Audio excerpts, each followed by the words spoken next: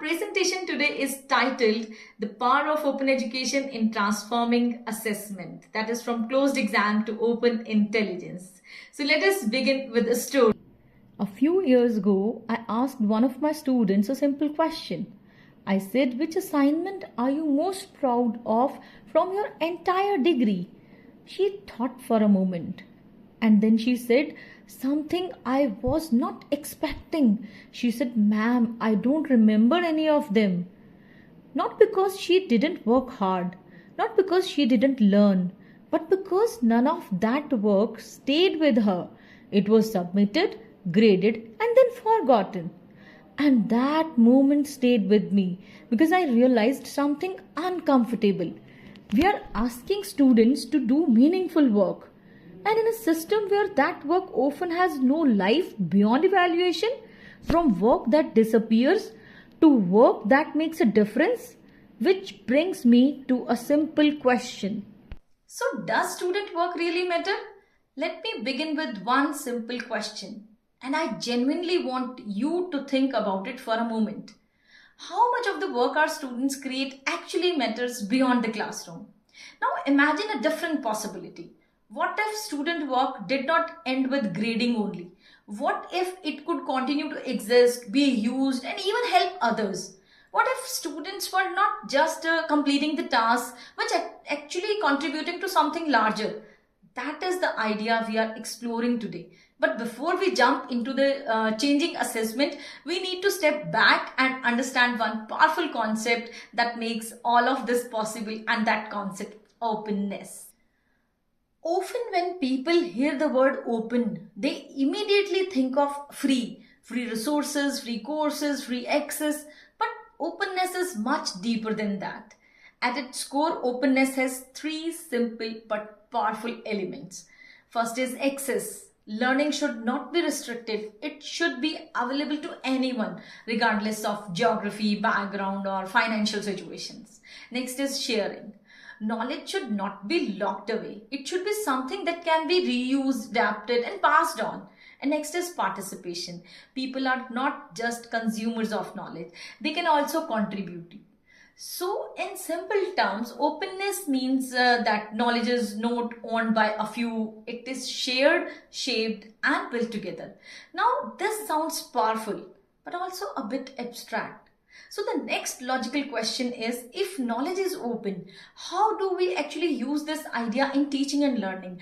And this is where we move from openness as a concept to open pedagogy as a practice. So to understand why openness is important, we need to look at how the world has changed. There was a time when knowledge was scarce. Students depended on teachers, textbooks, and libraries as their primary sources of information. But today, we live in a completely different reality. Information is everywhere. Students can access the lectures, articles, videos, even complete courses at a click of a button. And now with AI tools, they can even generate the answers instantly. So the challenge is no longer access to the information.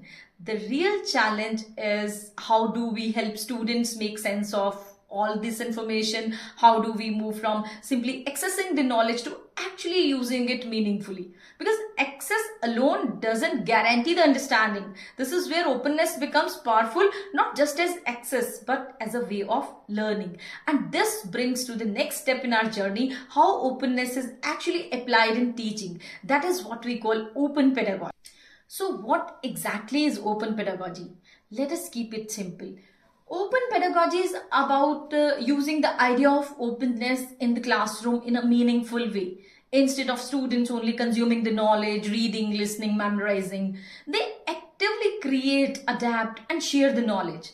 For example, a student might create a resource that helps future learners. They might improve existing content, or they might work on solving a real world problem.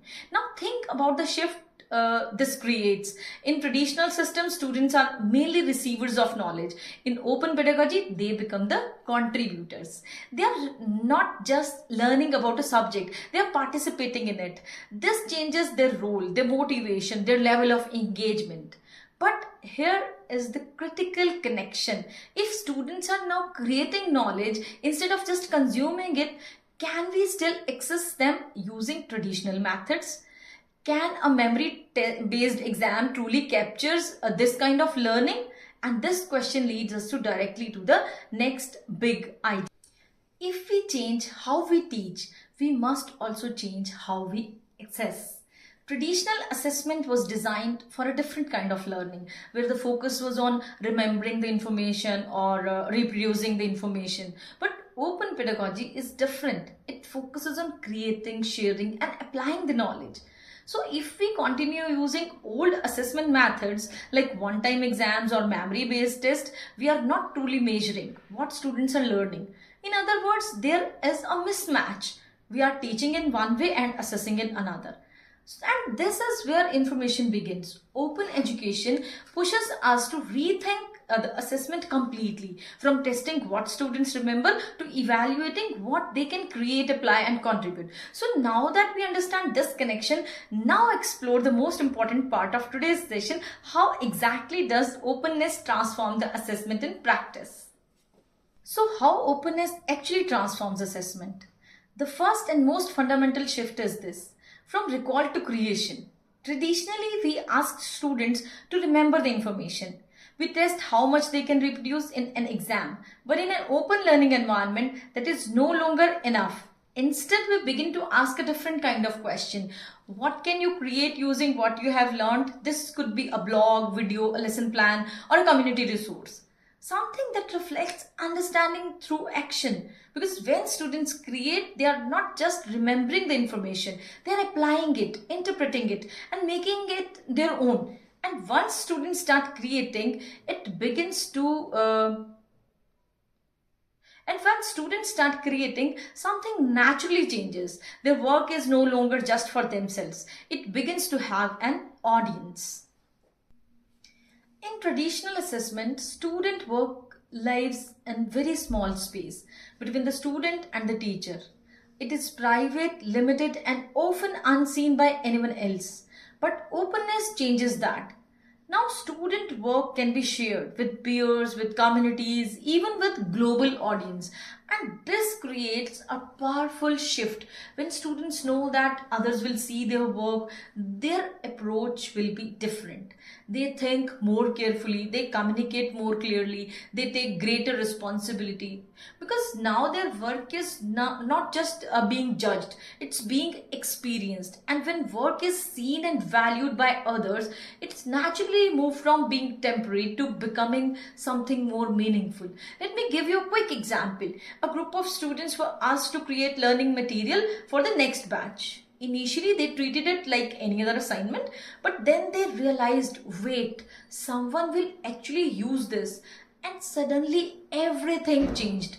They checked their facts more carefully, they improved the explanation, they even aroused among themselves about quality. So because now because now it was not just an assignment, it was a responsibility. In traditional assessment, students are often told, do your own work. Collaboration is sometimes even discouraged. But in real life, most meaningful work is collaborative, and open assessment recognizes this reality. In traditional systems, assessment is controlled entirely by the teacher. Students are told what to do, how to do, and how they will be evaluated. But open assessment invites students into the process. They begin to understand the criteria clearly. Sometimes they even contribute to shaping it also. Now, this does not reduce the standards. It actually strengthens them. Because when students understand the expectations, they are more likely to meet them. And most importantly, they feel responsible for their own learning. And once students feel ownership, assessment no longer needs to happen at just one moment. It can evolve over time. Think about the traditional exam system. Everything depends on one moment, one paper, one day, one performance. But learning doesn't happen like that. Learning is gradual. It involves some mistakes, some feedback, and then improvement. Open assessment reflects this reality. Students receive feedback, revise their work, and improve over time. And assessment becomes a process of growth. Instead of asking, what did you achieve at one point, we begin to ask, how have you developed over time? And when learning becomes a journey, it becomes even more powerful when it connects to the one of the biggest limitations of traditional assessment is that it often stays within the theory. Students learn the concepts, but they don't always see how those concepts apply in real life. Open assessment changes that also. It encourages the students to connect learning with real world situation. They might solve a local problem, analyze real data, create something useful for a community. Now learning is not abstract. It becomes practical and relevant. And when work is real and meaningful, students don't see it as a task to complete. They see it as something worth doing. And this naturally reduces the need for fear-based system. Now, many traditional system assessment is built around control and monitoring. We try to prevent cheating through strict rules and surveillance, but open assessment takes a different approach. Instead of controlling behavior, it designs meaningful tasks. Because when students are working on something real, something personal, something unique, it becomes very difficult to copy or fake. Or we can say that integrity is built into the design of the assessment itself. And in today's world, this also connects to how we deal with technology, especially when we talk about AI. We cannot ignore the reality of AI. Students are already using it as it is the only going to become more powerful. So the question is not how do we stop students from using AI. The real question is how do we teach students to use it intelligently. Open assessment embraces this idea. Students can use AI, but they must analyze its output, identify its limitations, improve and adapt it. Now we are not assessing whether they can generate the answers. We are assessing whether they can think critically. So the focus shifts from writing to reasoning. And when we bring together all these shifts, creation, collaboration, real world connection and critical thinking, we begin to see a powerful transformation in learning itself. After all these shifts, let us pause and ask what actually changes for students. The first and most important change is identity. Students stop seeing themselves as a people who are just completing the assignments and start seeing themselves as a people who are creating something meaningful. They take more ownership, they engage more deeply, and more importantly, they begin to care about their work. Because now it's not just about marks, it's about impact. And let's be honest, students can immediately tell the difference between busy work and work that actually matters. One that finish quickly, the other they invest in. And when students start investing in their learning, we see a deeper transformation, not just in the performance, but in the confidence level also. This transformation doesn't just affect the students, it changes education itself. Education moves from being a closed system to becoming an open ecosystem. Instead of learning being limited to the classrooms, it connects with communities, real world problems, and global conversations. It becomes more inclusive because resources are accessible, more relevant because tasks are meaningful, and more dynamic because knowledge is constantly evolving. In simple terms, education stops being something students go through and becomes something they actively participate in. But at this point, you might be thinking, this sounds great, but also slightly overwhelming. Don't worry, we are not about to redesign the entire education system today. Let's talk about how to actually start practically. You don't need to rewrite your entire syllabus, cancel all exams, and announce a new educational era on Monday morning. That might sound exciting, but also slightly dangerous for your timetable. Instead, start small. Take one assignment, just one, and ask, how can I make this more meaningful? Maybe instead of writing for you, students create something for others. That's it. Because in open education, small changes often create big impact. And to make this easier, let me give you a simple way to think about designing such assessment. Whenever you design an assessment, just ask yourself 4 simple questions. Who will use this work? If the answer is only me, we can probably improve it. Second, can it continue beyond the submission, or does it disappear immediately after grading? Third, can students collaborate? Because real world work is rarely done in isolation. And fourth is, does it create value? Does it help someone solve something or contribute in any way? So now don't worry if all four are not perfectly answered. Even improving one or two of these can significantly transform your assessment. And as you begin to apply these ideas, you'll notice something else changing: the role of the teacher. In traditional system, the teacher is primarily an evaluator. We design tasks, collect submissions, assign grades, and repeat the process. In open education, the role shifts. The teacher becomes a guide, mentor, and facilitator.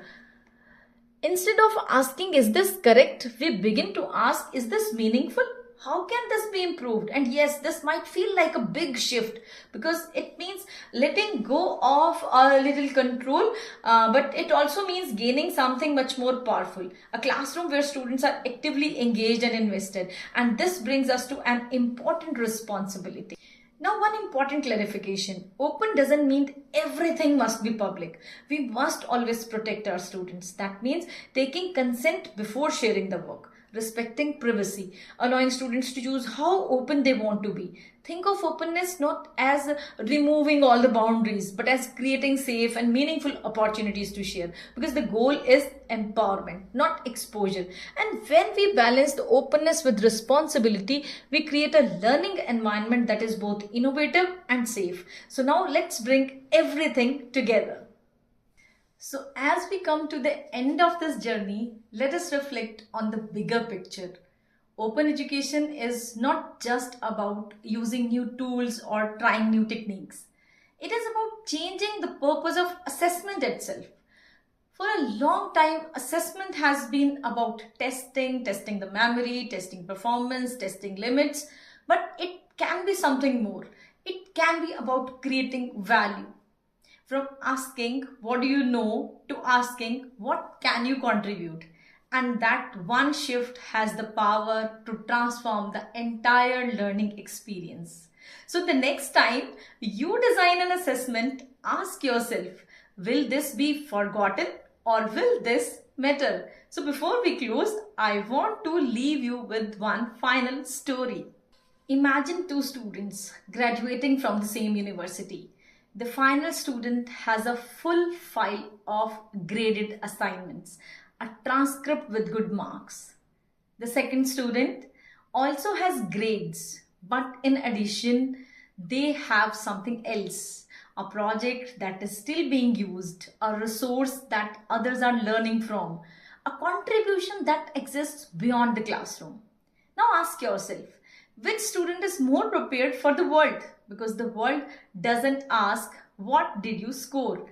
It asks, what can you do? What have you built? What values can you create? And that is where open education changes everything. It tells students, you are not just here to pass the exams, you are here to make a difference.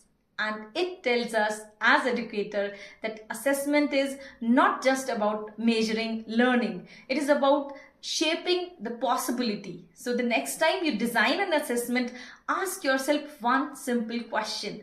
Will this be forgotten or will this matter? Thank you so much.